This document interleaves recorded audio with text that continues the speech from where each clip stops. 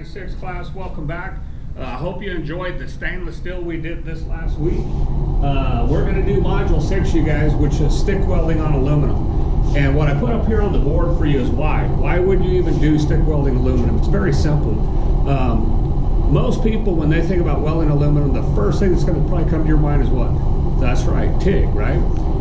Second, maybe the MIG welding process, okay? But there's a reason why I felt it beneficial that you learn stick on aluminum. Now, it's not to say that I've done it a lot. It's not a common practice out in industry, okay? What I want to explain to you guys is this.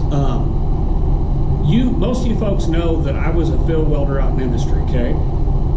If something happens out in the field, a lot of times they'll take it apart, they'll send it back to the shop, they'll fix it with TIG or MIG on this aluminum and then take it back out. But there's going to be some instances where you can't take it out of the field. Maybe you're building a pump station and it is in use and they can't do it. So what I'm trying to say is, if you at least have stick welding aluminum in your tips and tricks, you may be that hero that they need where they're, because a lot of people don't understand how this works, okay?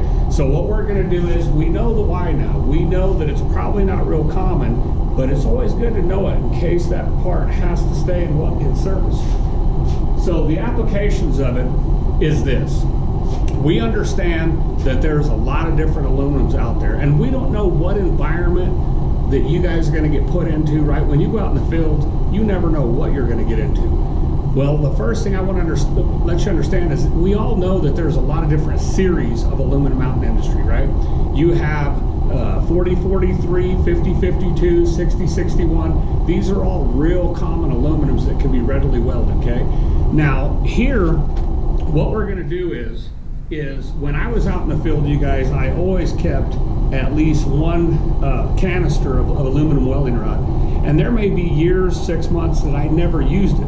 But there's that one time, like I said, that you may need to be able to do it to keep that part in service.